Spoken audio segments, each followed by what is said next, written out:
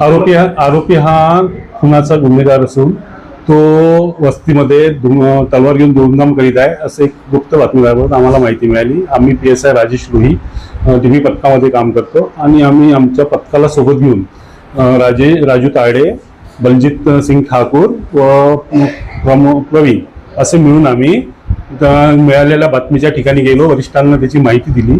आमच्या कामगिरीमध्ये वरिष्ठ कोणी आमचे आणि DCP साहेब यांच्या मार्गदर्शनात आम्ही तिथे पोहोचल्यानंतर माहिती देऊन त्या आरोपी जो हा खुनाचा गुन्हेगार असून तिथे धुमधाम करीत आहे, हातात तलवार घेऊन आम्हाला सुदामनगरी भागात हातात तलवार घेऊन धुमधाम करताना मिळून आल्यानंतर त्याच्या हातात एक तलवार होती. त्यावर आम्ही त्याला स्टॉपच्या मदतीने ताब्यात घेतले. निशस्त्र करून त्याला विचारपूस केली तर त्यांनी सांगितले की मला काही लोक मारायला आले होते, तर मी त्याबद्दल हे करत आहे. आणि पुन्हा त्यांनी सांगितले की काही मी हत्यार पुन्हा बाजूला ठेवलेलं आहे.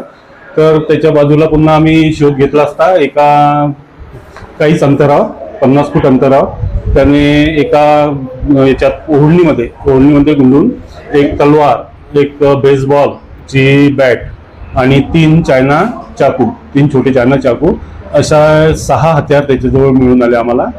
आणि खूप मोठ्या प्रमाणात काहीतरी तो एक हस्तक्षेपीय गुन्हा करण्याच्या इराद्याने आला असावा असा आम्ही त्याला ताब्यात घेऊन त्याच्या कारवाई करता त्याला पोलीस स्टेशनला आणलं.